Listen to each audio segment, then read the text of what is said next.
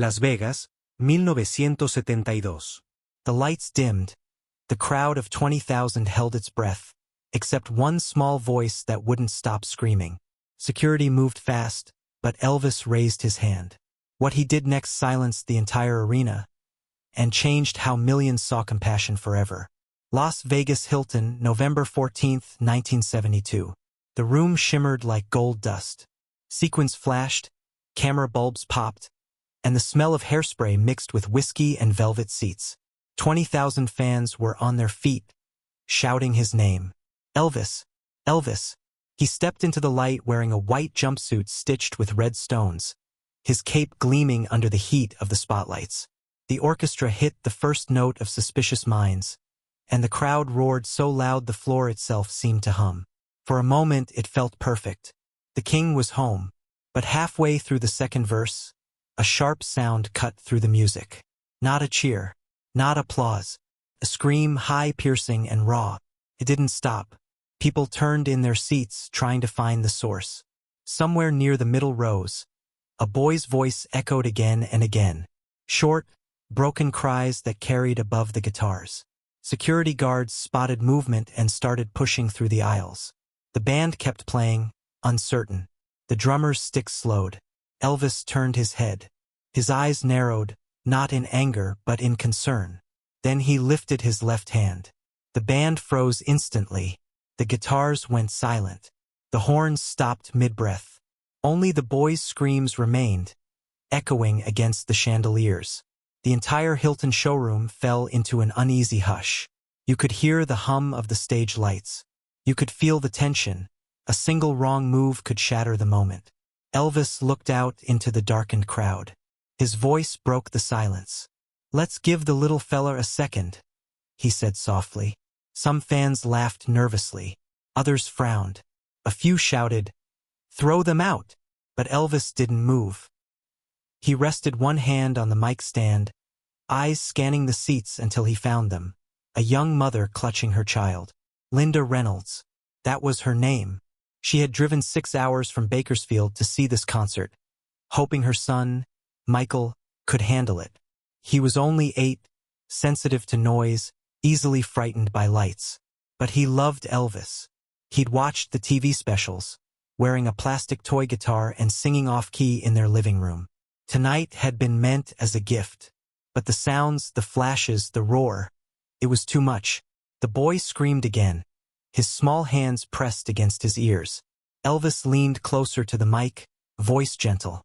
"It's all right, honey," he said, as if speaking directly to the child. "Ain't nothing to worry about." For a moment, no one dared breathe. The crowd watched as the biggest star in the world paused his entire show for one scared little boy. The mother tried to whisper something to her son, tears already streaking her cheeks. She looked terrified. Not of him, but of everyone staring. She mouthed, "I'm sorry." Elvis saw it. He nodded once, slow. Then he did something no one expected. He took off his guitar strap and placed it gently on the stage floor. The sound of the mic picking up the thud echoed through the hall. The king of rock roll had just stopped his kingdom. He walked to the very edge of the stage, eyes never leaving the child. Every step was silent, measured. Security froze in the aisles, waiting for direction. Fans leaned forward, whispering to one another. Cameras flashed again, but slower this time, like everyone knew they were witnessing something different. The boy's cries softened for just a second. Maybe curiosity broke through the fear. Maybe he noticed the man in white walking toward him.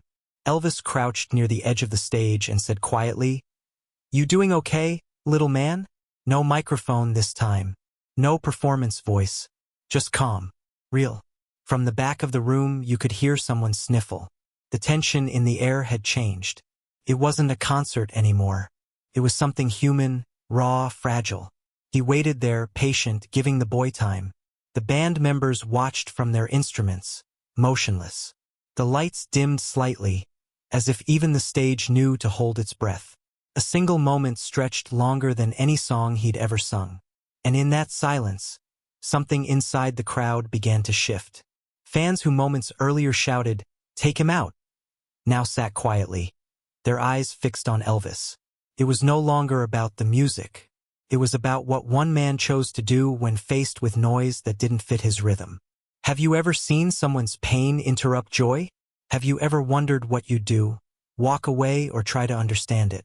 The boy's voice cracked again, smaller this time. His mother held him tighter. Elvis's gaze stayed soft, steady. Then, with the quiet authority only he had, he whispered the words that would stop everything. Let him be. The crowd didn't know it yet. But this was the night Elvis Presley would show the world what gentleness really looked like. The sound still echoed, soft now, but trembling, uneven. The audience sat frozen in their velvet seats, faces caught between confusion and awe. Elvis stood at the edge of the stage, microphone hanging loosely from his hand. His eyes searched until they met the mother's. She looked up at him, helpless. Her name was Linda Reynolds, though the crowd didn't know it yet. Her son, Michael, clung to her sleeve, shaking. His tiny fingers were white around the fabric. Security was still waiting for a signal. One guard whispered, "Mr. Presley, we can escort them out quietly." But Elvis didn't answer. He turned to his band instead, gave a small nod, and the room slipped into silence again. In that pause, you could hear the hum of the air conditioning, the flicker of a camera bulb, the nervous cough of someone in the balcony. The audience didn't know what to do with the stillness. Elvis broke it gently. "Ma'am," he said, voice steady. "You all right there?" Linda stood halfway, embarrassed, trying to explain over the hush. "I'm sorry, he doesn't like the noise," she said. Her voice cracked. "He just loves you, that's all." Elvis smiled, soft, almost like a father would. "What's your boy's name?" "Michael," she said. He nodded. "Michael, huh? That's a good name." Michael didn't look up. He was still rocking slightly, his small body trembling from the storm inside his head. The lights were too bright, the cheers too loud. His world had collapsed into sound and color he couldn't control. Most people in the audience didn't understand. Back then, in 1972, words like autism weren't part of public conversation. They only saw disruption. But Elvis saw something else, fear. He motioned to the lighting crew. "Dim it down a little, fellas." The lights softened instantly, golden glow fading into warmth. The crowd exhaled, a ripple of quiet compassion spreading through the rows. He turned back to the boy. "It's all right, Michael," he said. "You take your time, son. No spotlight. No drama. Just kindness under glass chandeliers." Linda tried to smile. "He's been waiting all year to see you," she whispered. "He listens to your records every night before bed." That hit Elvis like a soft punch to the heart. You could see it on his face. A flicker of guilt, of tenderness, of recognition. He nodded slowly, taking it in. For a man who had sung in front of presidents, soldiers, and screaming fans, this was the quietest, most sacred moment of his career. Then he did something subtle but powerful. He reached for the white scarf around his neck, the one he usually tossed into the crowd at the end of a set, and folded it in his hands. The stage lights caught the shimmer as he stared at it for a beat, then looked back at Michael. "Y'all hang on a second," he said softly to the audience. The room obeyed. He stepped down one stair from the stage. A single camera flash burst and faded. You could hear someone whisper, "Is this really happening?" It was. The mother covered her mouth as Elvis came closer, crouching slightly to meet the boy's eye level. He didn't reach out yet. He just waited. Michael's crying eased to whimpers. His eyes peeked up from behind his hands. And for the first time that night he saw him. Not the legend, not the spotlight, but the gentle man behind the music. Elvis smiled. "You okay, little buddy?" No reply, just silence. But in that silence, the tension cracked. The crowd, once restless, now leaned in. Not to see a performance, but to witness a human moment. Have you ever seen thousands of strangers forget themselves just to watch a single act of grace? That's what was happening in Las Vegas that night. Security still stood ready, but Elvis waved them off with one small motion. "He's fine," he murmured. "Let him stay." The applause that followed wasn't loud. It was soft, respectful, like a prayer. And yet the story wasn't finished. Because the king of rock roll hadn't just stopped his show. He was about to rewrite what kindness looked like on the biggest stage in the world. The Hilton showroom had never been this quiet. Not during Love Me Tender. Not even when Elvis left the stage mid-tour in '70. Now 20,000 people sat frozen, watching the king stand motionless, one foot on the edge of the stage, eyes fixed on a trembling boy. Security waited for an order that never came. Elvis simply said, "Let him be." The spotlight faded to a soft amber. The noise, the flash, the chaos, all gone. The only sound was the gentle hum of the speakers cooling down. Elvis took a deep breath. The silk scarf in his hand shimmered as he turned it over between his fingers. He smiled faintly. "Hey, little man," he said quietly, voice steady but kind. The crowd could barely hear him, but somehow everyone did. The tension broke just enough for a few people to wipe their eyes. Michael had stopped screaming. Now he sat breathing fast, eyes red, cheeks wet. He clung to his mother, who whispered something soft. Something only a mother can say when she's torn between love and fear. Elvis knelt, one knee touching the stage floor. It was something no one had ever seen before. The king of rock roll lowering himself for a child. He didn't perform. He didn't pose. He just waited. That's when the magic began to happen. The boy turned slightly curious. Elvis smiled wider, careful not to startle him. He lifted the scarf slowly and said, "You see this, buddy? This one's yours." Linda gasped. The audience gasped. Every camera froze mid-air. Then, in one motion, Elvis leaned down and extended the scarf. A guard offered to hand it over, but Elvis shook his head. "I got it." He took one small step off the stage. His polished boots touched the carpeted aisle. The crowd held its breath. You could feel the collective heartbeat of 20,000 people. The boy's cries stopped altogether. His eyes locked on the sparkling white jumpsuit in front of him. Elvis bent down to his level, voice calm as honey. "You like music, son?" Michael blinked, then nodded. Just once. The room sighed. Grown men wiped their eyes. Women whispered prayers. Elvis chuckled softly. "Me too." He gently placed the scarf around the boy's neck, careful not to startle him. The fabric brushed Michael's chin, and for a second, just 1 second, you could see calm replacing fear. Linda's tears spilled freely. "Thank you," she whispered. Elvis shook his head. "No, ma'am. Thank you for bringing him." Then he turned back to the stage. The crowd began to clap, slow at first, then louder, rising into a wave that rolled through the Hilton. But Elvis didn't bask in it. He waved them down gently, his eyes still soft. He stepped back into the light, looked once more toward the mother and child, and raised a hand in quiet salute. The band, unsure, waited for his cue. For a moment, it seemed like he might just end the show there, walk off, leave the night in that golden silence. But Elvis wasn't done. He turned to his lead guitarist, James Burton, and said, "Let's start something slow." James nodded. His fingers hovered over the strings. The king faced the audience again. "This next one," he said, "is for our little friend out there." The first notes of Can't Help Falling in Love echoed through the hall. The crowd erupted again, but softer this time, reverent, like they understood what they were part of. And in the fourth row, a small boy with a scarf around his neck leaned his head on his mother's shoulder, finally still. The camera bulbs flashed again, but slower, capturing not fame but grace. Have you ever seen the moment a room full of strangers learns what tenderness really looks like? Because that night in Las Vegas, they did.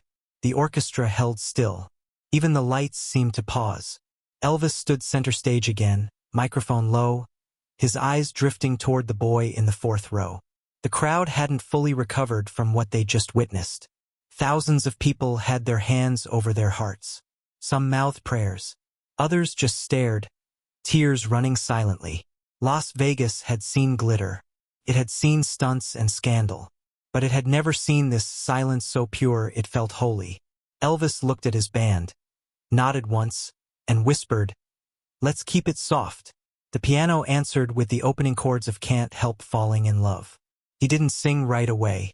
He just listened, to the hum of the crowd, to the stillness, to the weight of that tiny scarf around that child's neck. Then, quietly, he began. Wise men say. The sound was gentler than anyone had ever heard from him. Not power, not performance, just heart. Linda held Michael close, rocking slightly. The boy stared at the stage, eyes wide, calm now. The scarf glowed faintly under the stage lights, white and gold. The band followed Elvis's lead, softer, slower. You could hear the emotion in every instrument. The strings trembled like they knew this wasn't just another show. And the crowd, those 20,000 people who came to scream and dance, didn't make a sound. They just listened. Halfway through the song, Elvis looked at Michael again.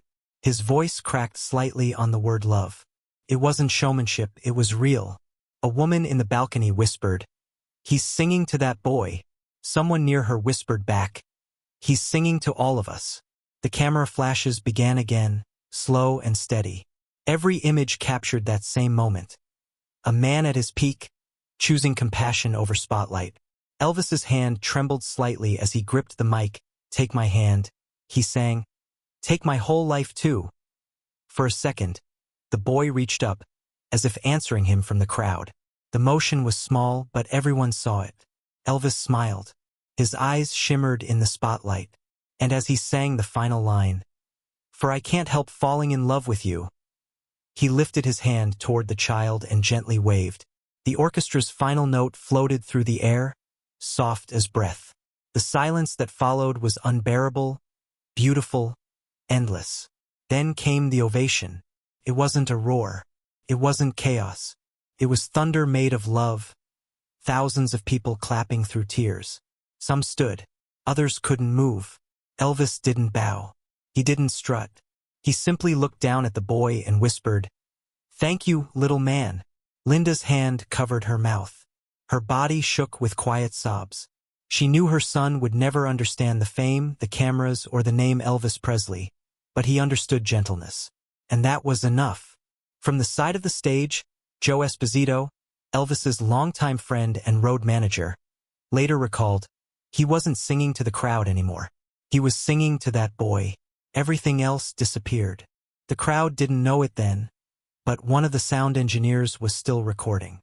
That tape, an unplanned bootleg, would later resurface online decades later, crackling with static, haunted by the softness of that night. You can still hear it today if you listen closely.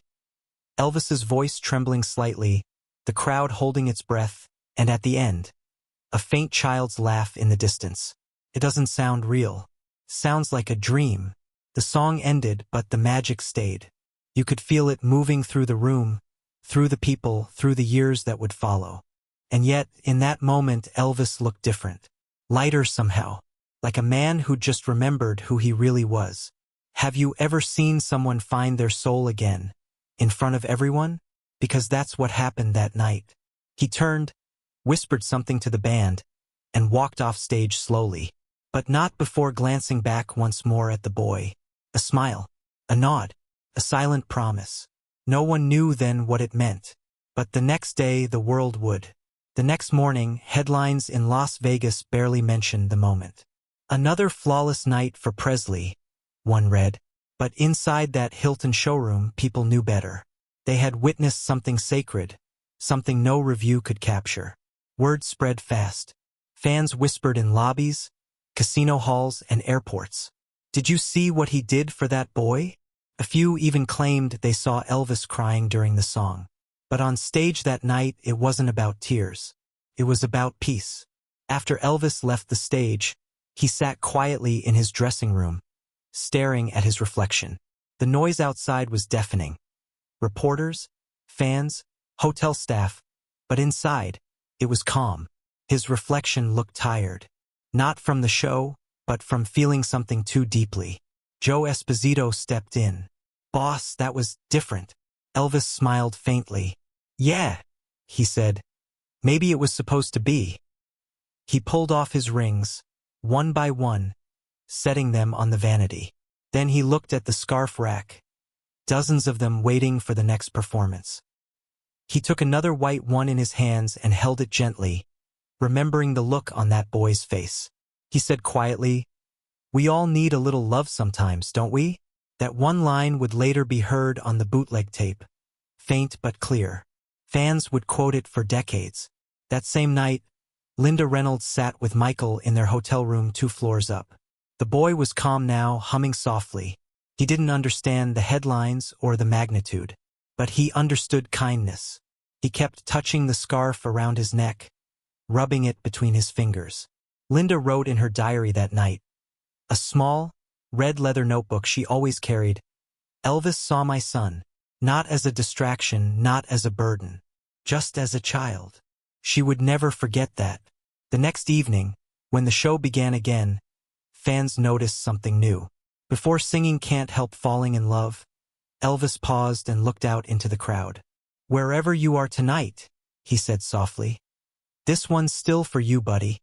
The audience didn't know who he meant, but Linda, watching from a small hotel TV upstairs, did. She pressed her hand to the screen and smiled through tears. Michael sat beside her, the scarf still around his neck, swaying gently to the music. Downstairs, Elvis sang with that same softness, the kind that shakes something loose inside you. The cameras couldn't quite capture it, but the people there said they felt it, like love moving through sound. No lights, no drama, just grace in motion. When the final note faded, the audience stood again, but Elvis didn't bask in the applause. He looked upward, whispered a quiet thank you, and walked off stage with his head low, humble, human. A few fans lingered long after the show ended. Some said they'd never see him the same way again.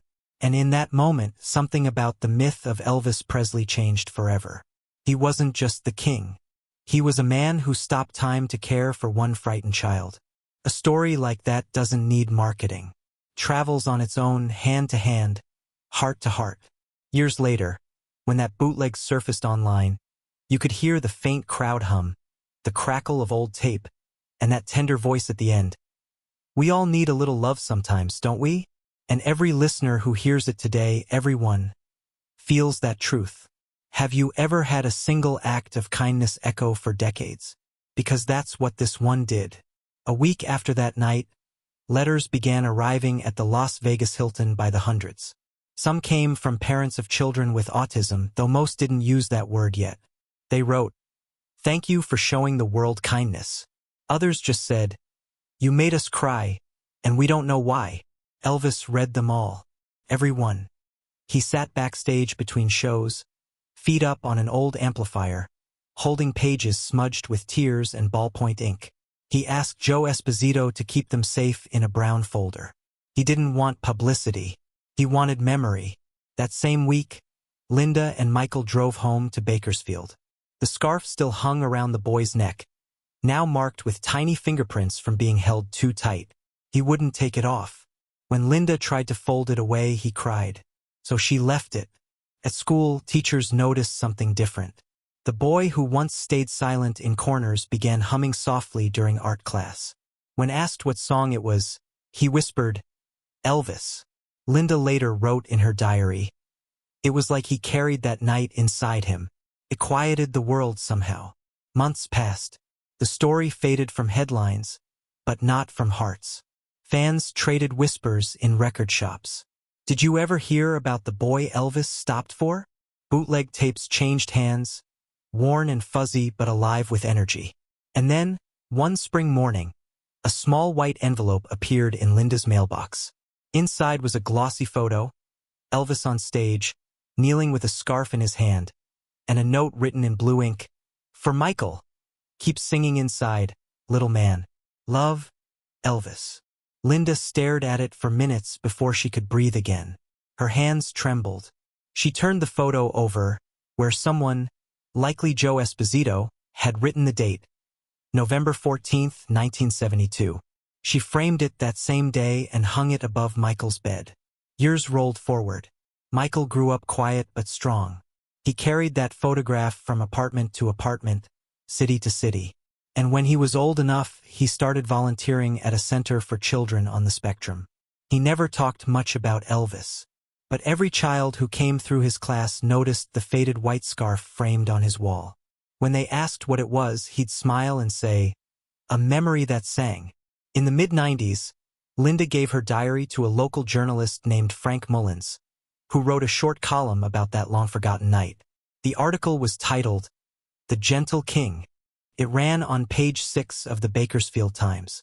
A few months later, fans began leaving letters and small white scarves at Graceland, tucked into the gates. Some had names written on them. Others simply said, "For Michael." No one knew how the story reached so many people again. Maybe it was the bootleg tape resurfacing online. Maybe it was that article traveling across fan groups and newsletters. Or maybe it was just time for kindness to echo back. Decades after that night, a small brass plaque was placed backstage at the Hilton, now renamed the Westgate. It reads, "In 1972, Elvis Presley paused his show to comfort a child. He reminded the world that the loudest voice can come from the quietest act." Visitors still touch that plaque before concerts. Some whisper prayers. And every year, one envelope arrives at Graceland with no return address. Just a single word written across the back. "Michael, have you ever realized how one small gesture can outlive fame itself?" That's what this one did. Because compassion doesn't fade. It multiplies. And for every fan who hears that old recording, who sees that photo, who reads that story, Elvis isn't gone. He's still right there, kneeling in the light. Fame had built walls around Elvis Presley. Walls made of sound, flash, and endless applause. But on that November night, he tore them down with a whisper. He didn't need a guitar riff or a headline to prove greatness. He just needed to stop, see someone hurting, and choose kindness over spotlight. That's what people remember. Not the jumpsuit, not the gold records, but the moment the king of rock roll became something more human. Every fan who tells that story passes it on like a song. One that never leaves your head once you've heard it. Because in the end, Elvis's truest legacy wasn't a voice that shook the world. It was the silence he held for a child. And maybe that's the real measure of greatness, not how loud you sing, but how softly you love. If the story touched you, share it with someone who still believes kindness can change a life. Somewhere, a small act is waiting to echo just like that night in Las Vegas. Because legends fade. But love, the kind that kneels down and listens, never does.